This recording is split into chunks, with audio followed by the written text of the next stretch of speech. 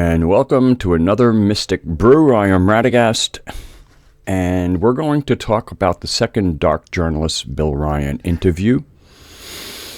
A little slow going. For me, one of the most important points that Bill Ryan made in that video was bringing up Gary Mckinnon. Now, as an Aspie myself, I certainly feel something for Gary Mckinnon because he's also an Aspie. In case you don't know what an Aspie is, that's somebody who is born with a certain neurological disposition, which I think is a soul path. And let me just adjust my mic a little bit here, which I think is a soul path. And a gentleman, I forget his first name, I actually have it, but his name was Asperger's. He's one, and it turns out he was an Aspie too. So when anybody on the autistic spectrum speaks about others, there's a real understanding, because again, it's a different way of apprehending reality, and I think it's a very useful one because it's different than what I call the normie perception. And so Gary, get away from the Aspie thing. So Gary McKinnon, in case you don't know who Gary McKinnon is, and if you don't, would be the fault of the community that supposedly cares so much about truth.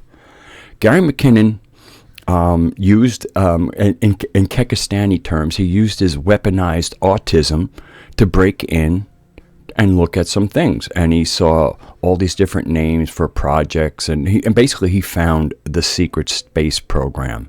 What it was named, I mean, it was like confirmation.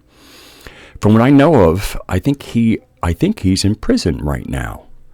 Okay, so here's a case of somebody who found real information and is in jail because of it.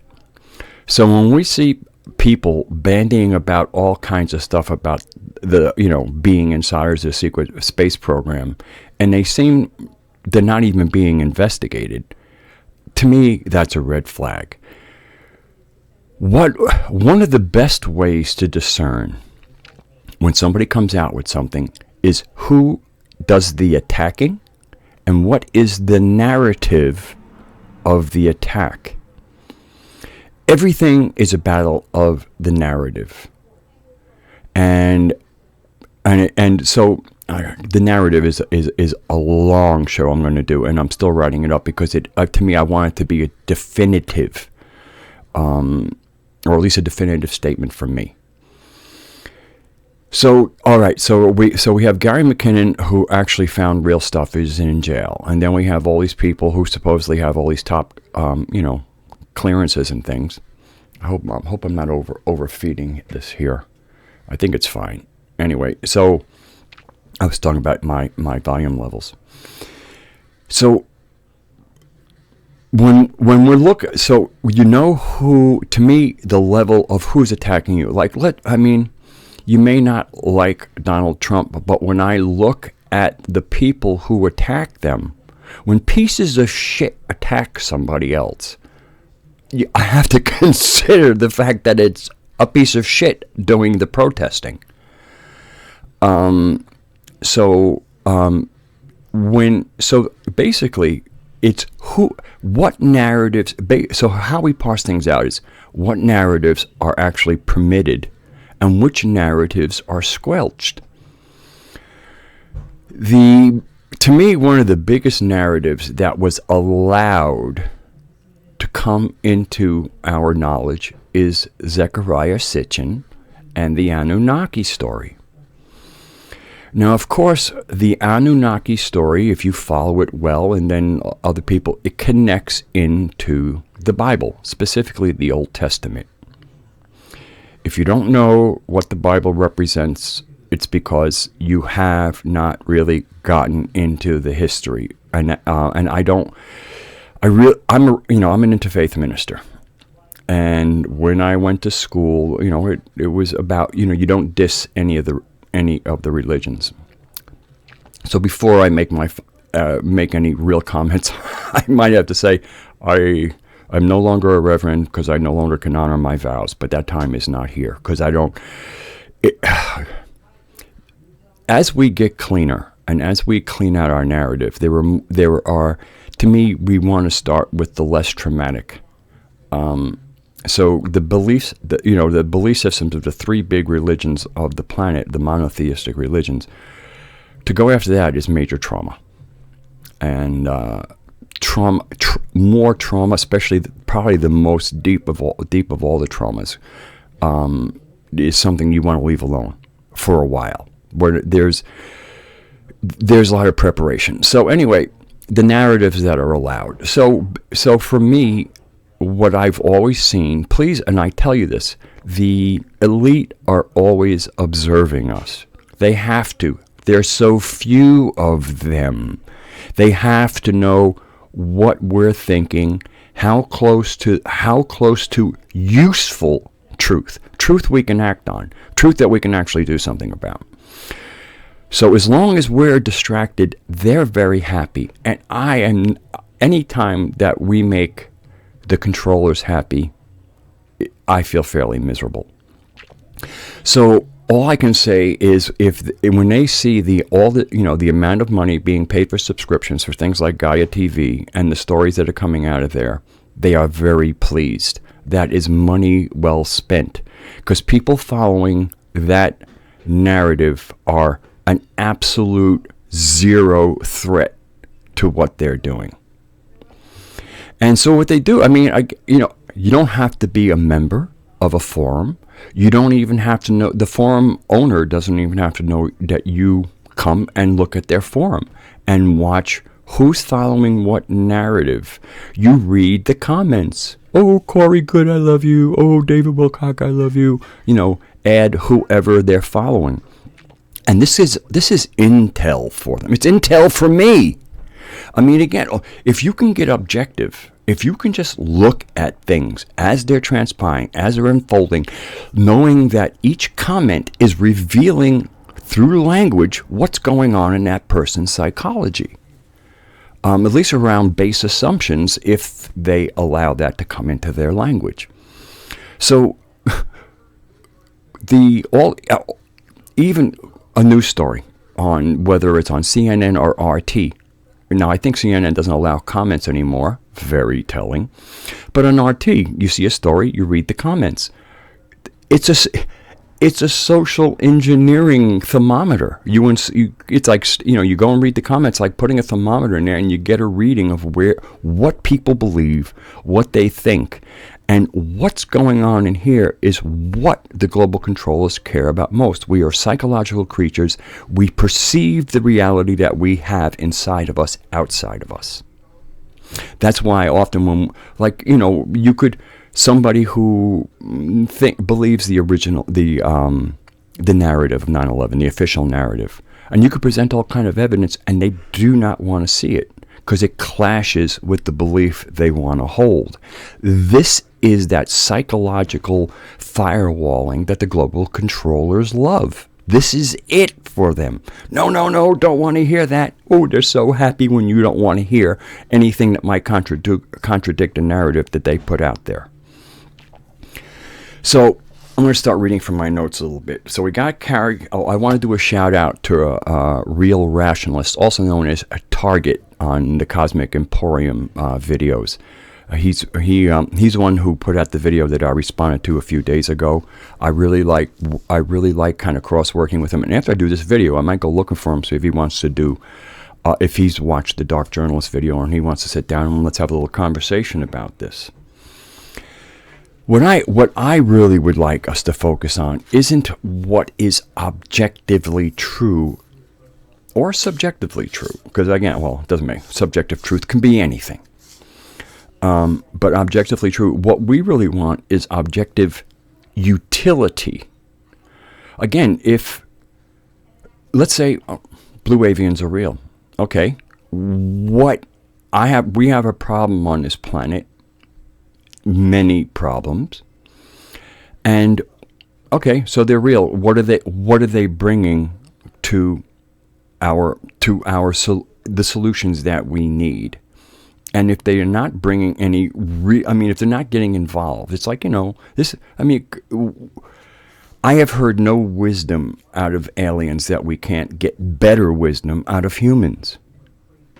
And that's part of what the global law controllers are working with. If I say something, yeah, some people might go, but whatever. If an alien says something, or somebody who's speaking to the aliens, they carry some celebrity, so this is more important. And they know this. I mean, it's one of the things, it's one of the good things about me having under 1,000 subscribers. I'm not reaching a lot of people. So no matter how hard-hitting or threatening the things I say are, I'm not reaching enough people to be considered threatening. And that, of course, lets me sleep a little bit easier. And of course, the only person who can change that are you people. And then there's other narratives. So again, to me, the fact that Zecharia Sitchin published all that stuff is part of a psyop. I'm not saying it's not part of our history, but it's leaving out a really important part of our history. The Nag Hammadi Gnostic texts are really interesting because of where the historical perspective they're written from. First of all, they tell a really different story about Jesus than the narrative that has built up around Jesus from, let's say, starting with the early Christian church, and then when it became the official Catholic Church. The Catholic Church was because of how myriad the various the mythos around the Christ figure was, and that doesn't work. They wanted a narrative, and they developed a narrative which I think took it away from the original. When I read much of what Jesus has to say, I see the old religion, much of it. I hear, you can tell he's coming from a more ancient tradition. The fact that he didn't embrace the kosher thing, and it wasn't like, oh, don't eat kosher, but when he didn't eat kosher, I said, what's up with that? Or when he was eating on the wrong time, goes, it's more important what comes out of a person's mouth than what goes in. So basically, the words you speak, which are lighter than the actions you'll take, but still words matter, and that basically toxic, what comes out of our mouth, whether that's toxic, is what we should focus on rather than what's going into our body. The other thing is, of course, the Templars and the Cathars. When they went into the Middle East and they met the Muslims, or the Saracens as they were called. By the way, my mother's last name is Saracen. And when they met them, what they ran into was a different narrative. And part that narrative was the Muslim narrative. And in the Muslim narrative, Jesus either, I don't know if they say he wasn't crucified or he didn't die on the cross. Seth says he wasn't crucified at all, didn't die on the cross. There's his official burial place is in Kashmir. The phrase raised from the dead, with kind of Jewish laws about, what's clean, what's unclean. If you get placed amongst dead people, you, in certain kind of ritual ways, you are dead. Or you're certainly among the dead, even if you're not considered dead. So if you're placed among the dead, and then you recover from your thing, and it looks like Nicodemus rushed in with some myrrh and some aloes, and if you know what their medicinal things are, and kind of crossed them with the wounds that you would have had if you had been nailed to a cross, it really works well, especially the sunburn part. The aloe would have been really good for the sunburn part.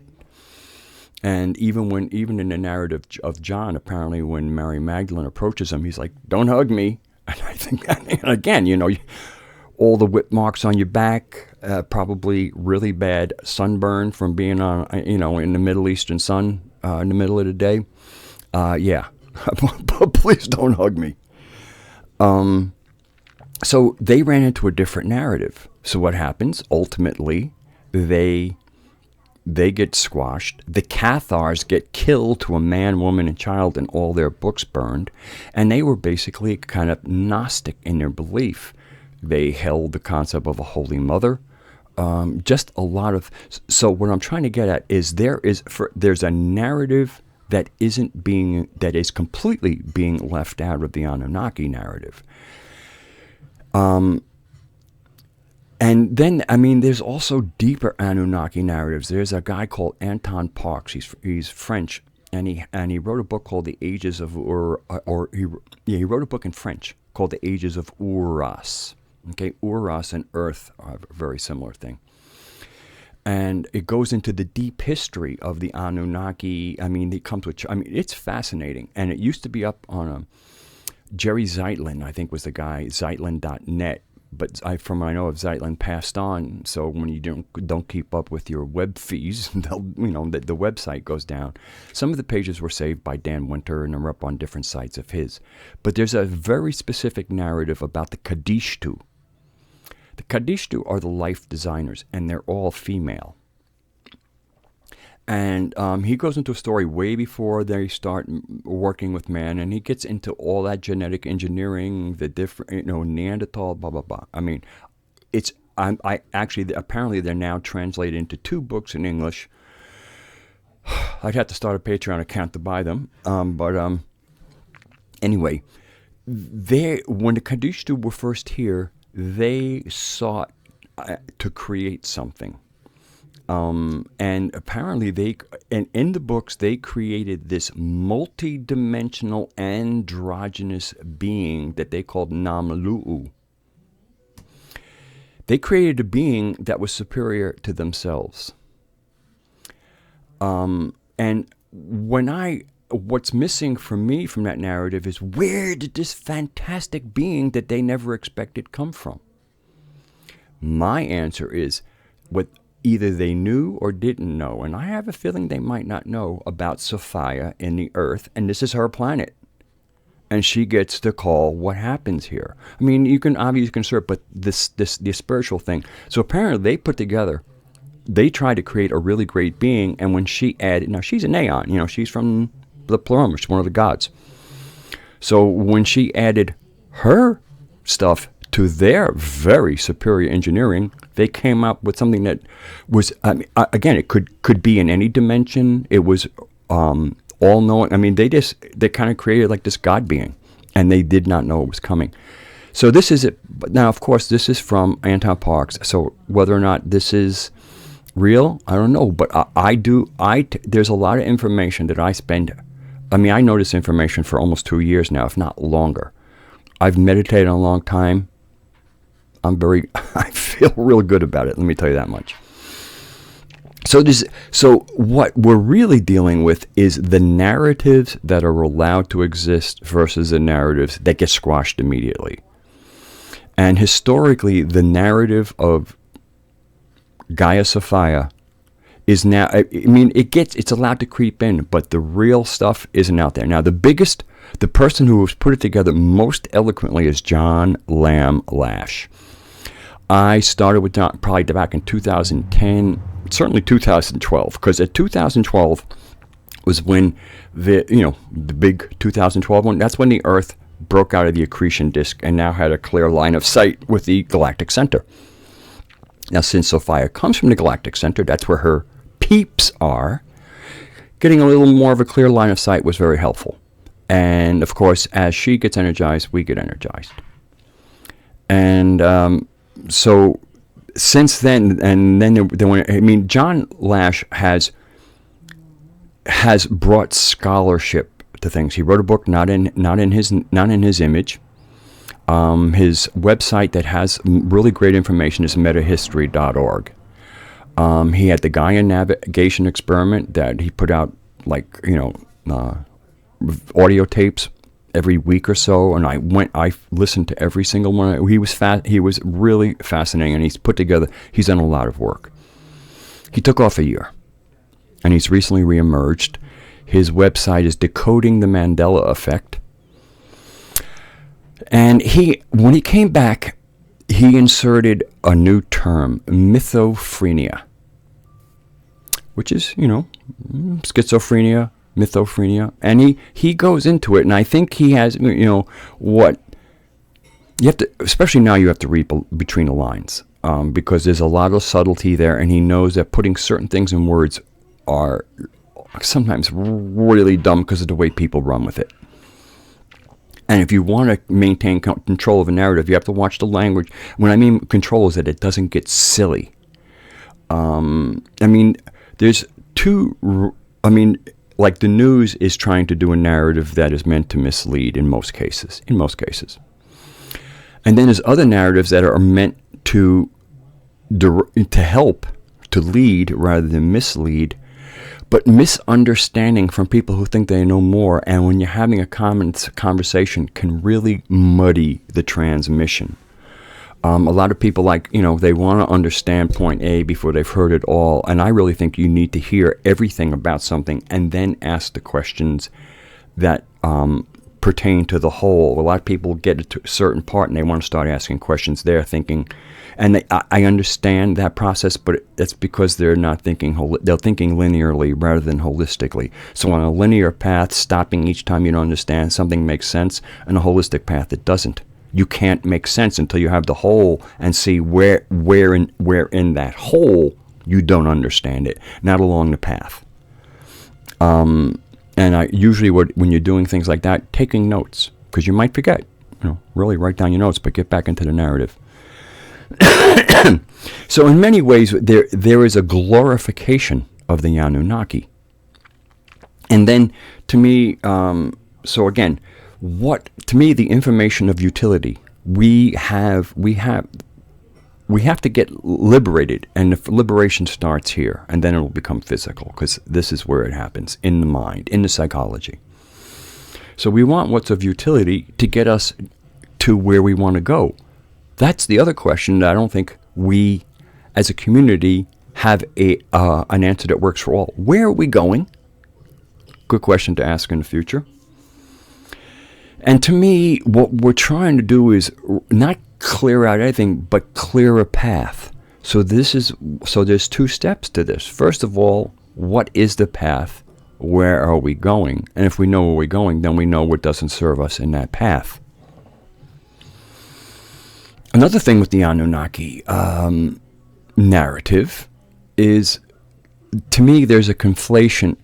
A conflation has occurred between the two narratives, and I think it's because it serves the global controllers. By the way, I mean, just as a quick aside, the Yahweh Jehovah. Now, some people say Yahweh. I have a friend of mine who is quite adamant that Yahweh and Jehovah are not the same. To me, again, there's a lot of conflation. It's not, but we're talking about a certain character. Yahweh and Jehovah get conflated often with Enlil. And I think that's because Enlil decided to kind of appropriate something that got started. And they may have, again, whether they, but let me just cut. Yahweh or Jehovah was called by the Gnostics Yaldabaoth, or Yaldabaoth. It's Yaldabaoth.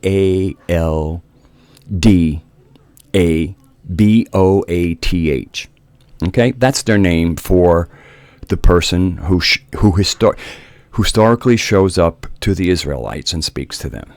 All right, and first starts the dialogue apparently with Abraham. This is you have to realize, for the people who have been around for thousands of years, there is civilization. I mean, look at the megalithic structures. All right, I mean, there is a rich, wonderful human culture, and they might have been interacting with other people. They might have been interacting with the other iterations of humanity that are on a planet. But it really kind of comes down to what we call Atlantis. Where it is, not important. It was a center, and Edgar Cayce very clearly speaks about Atlantis at one time being about source and doing good things, and then a kind of a priestly class shows up, and the sons of Belial, I think, is how Cayce described them. And then, to me, one of the most important series on the internet is Sylvie Ivanova's New Earth, and about the survivors of Atlantis and the parasites.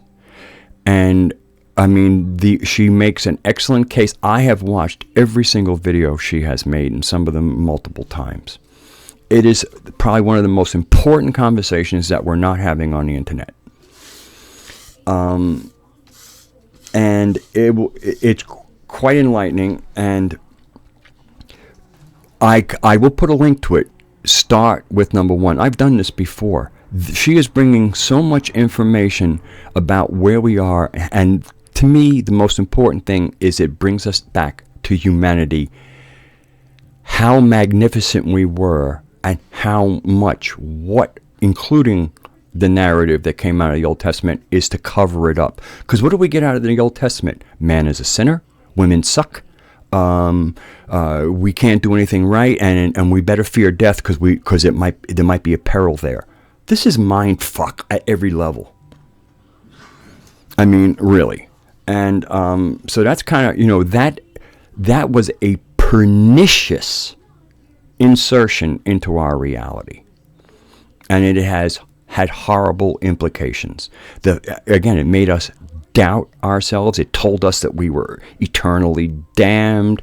And of course that tied in with, the redemption of Jesus. So now you have people who can spend 6.5 days a week being complete fucks, scum, thieves, liars, and then they go to church on Sunday and everything's good.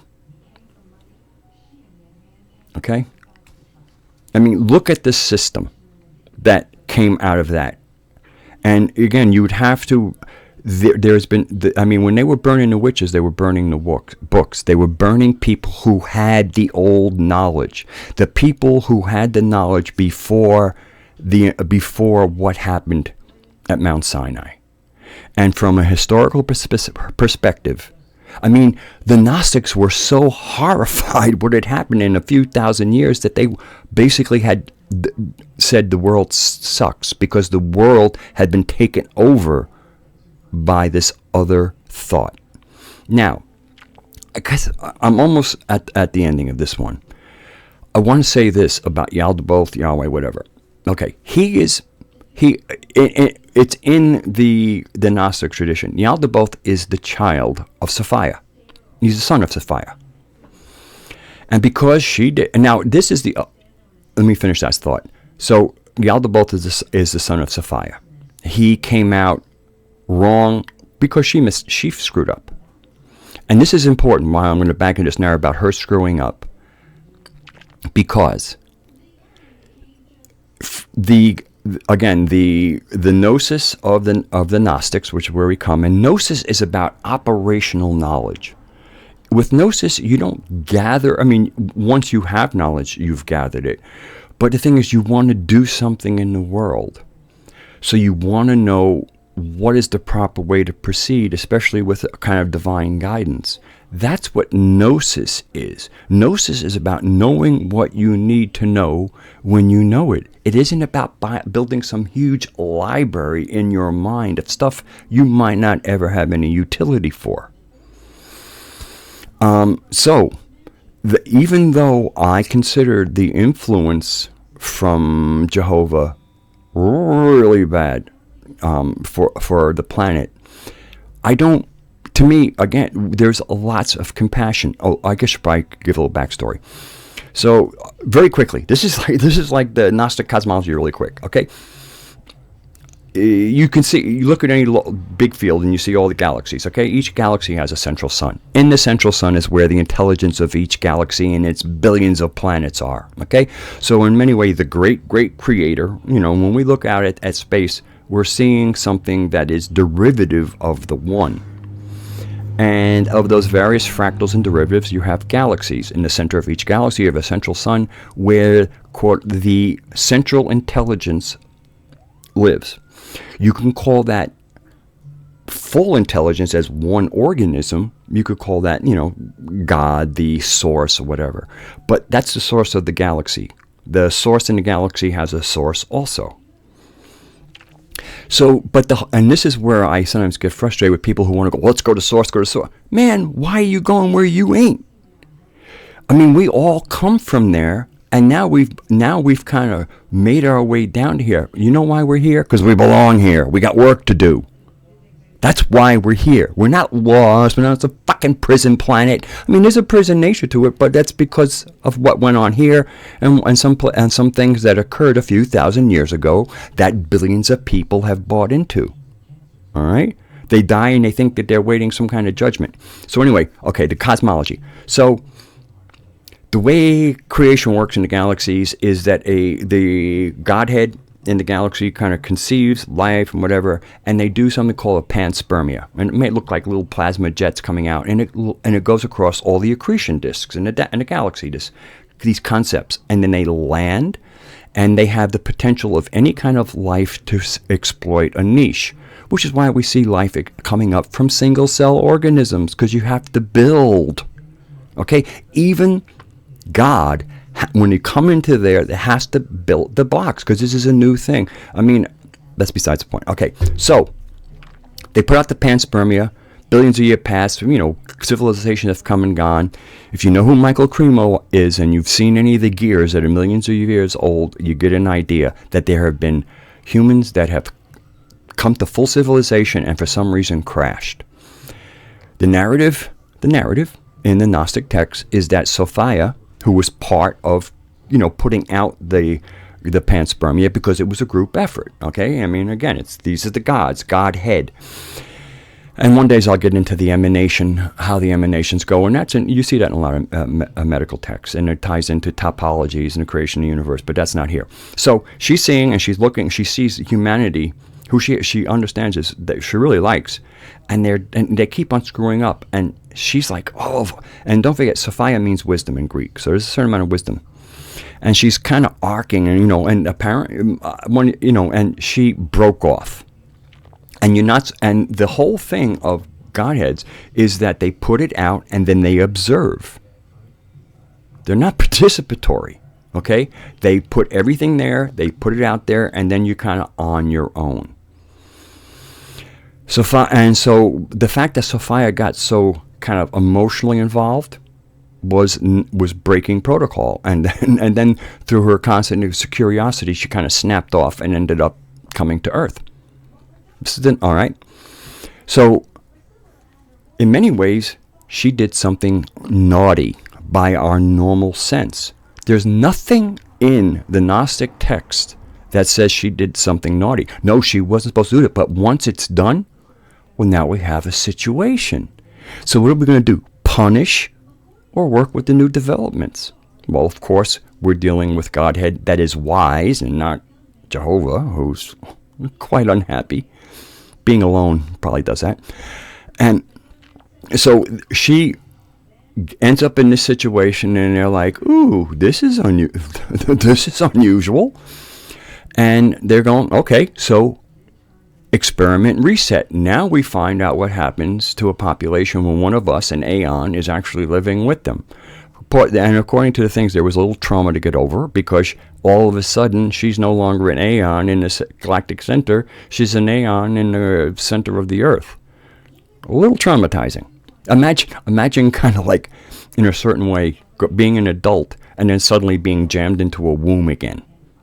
And like fully conscious, all right? You might get an idea where it's suddenly to be in a planet. Then, in her isolation, and because she had seen the pairings because she was one of the pairings that had emerged from Godhead, but when she snapped off, she didn't have her consort that is part of the pairings. So, but she felt alone, and she wanted to birth something as a companion, and she did give birth. That's Yaldabaoth. And unfortunately, because she had done it incorrectly by herself, Yaldabaoth kind of came out wrong.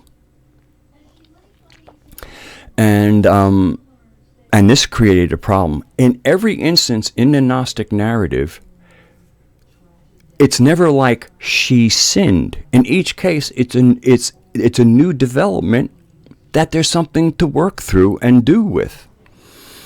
And in the more thing is she realized she screwed up, and of course, was there punishment from her family? No, it was compassion for what had happened to her.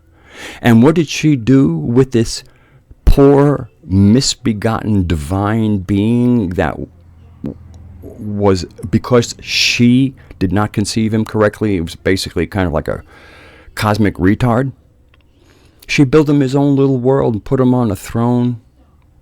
And there were the archons that are kind of company. I mean, she tried to make him as happy as she could. And the universe, and the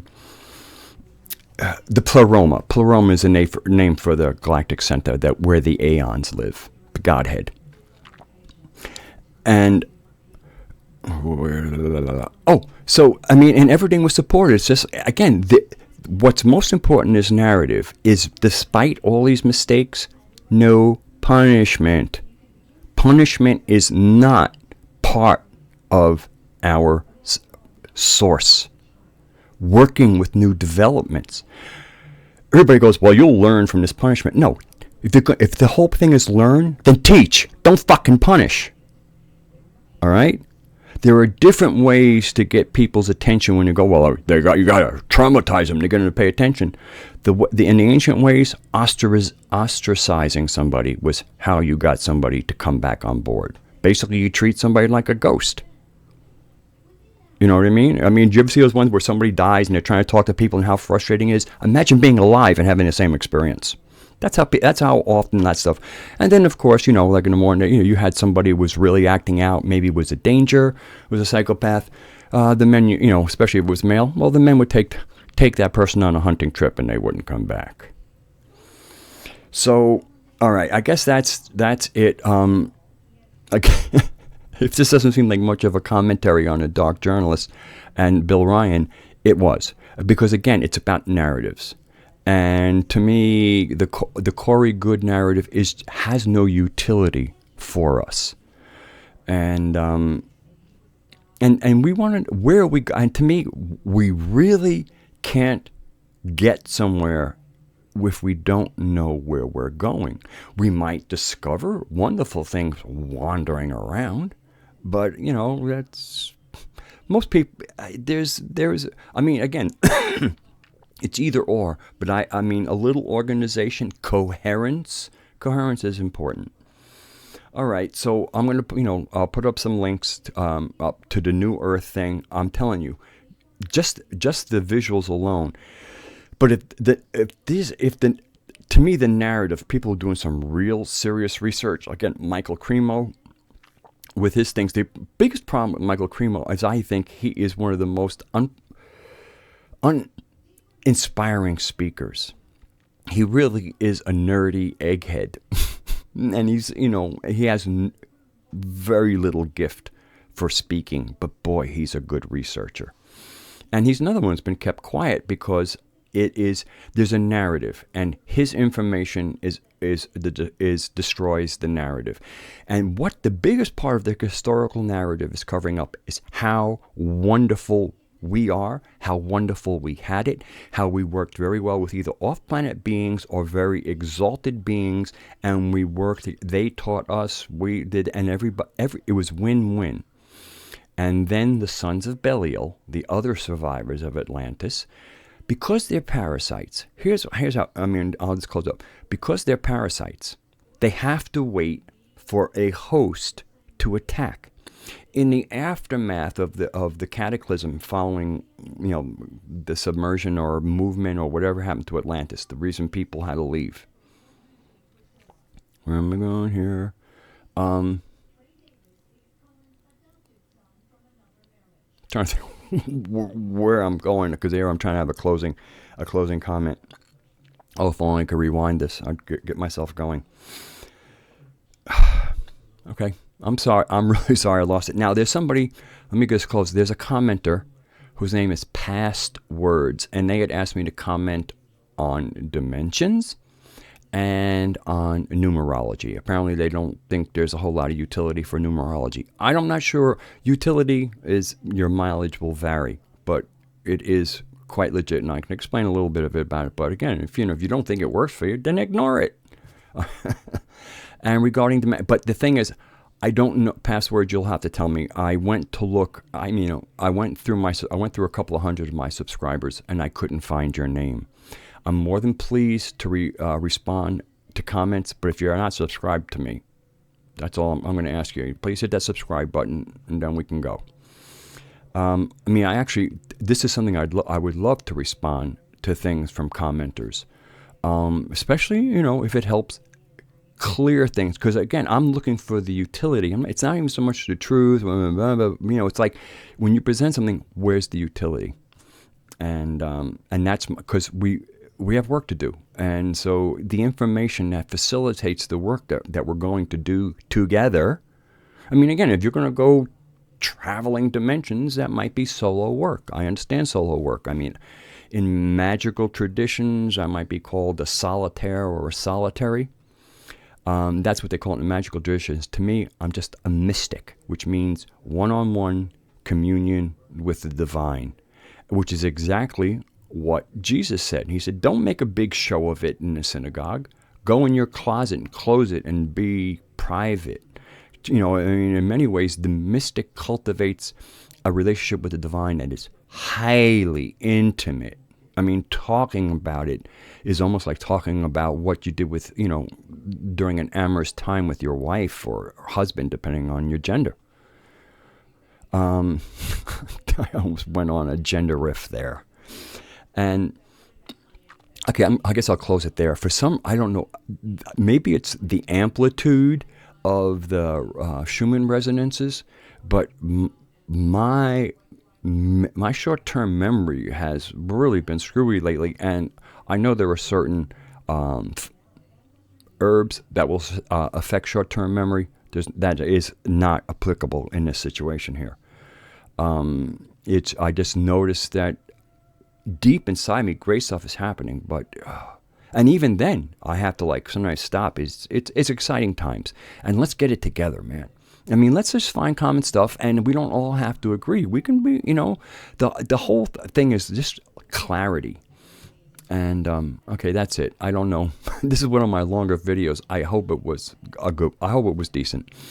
If you liked it, please hit a like. If you have something to say, please say it. And if you disagree with me, just be, kind of present it. It's like, all right, hey, I would like to talk about this with you because I don't agree with it, and present it, and I'd be glad to go there with you. If you want to be nasty, you're sending me a signal not to engage, but I don't get much of that. And please subscribe if you haven't, and because I am putting out a lot more videos now. And stay sane, know you're loved, know how wonderful we are. Know that part of our weakness is part of our strength, and we can talk about that more. It has to do with compassion. And why we are so watched. But I have to stop somewhere. So just lots of love to you. Stay sane. Be well. And I'll see you next time.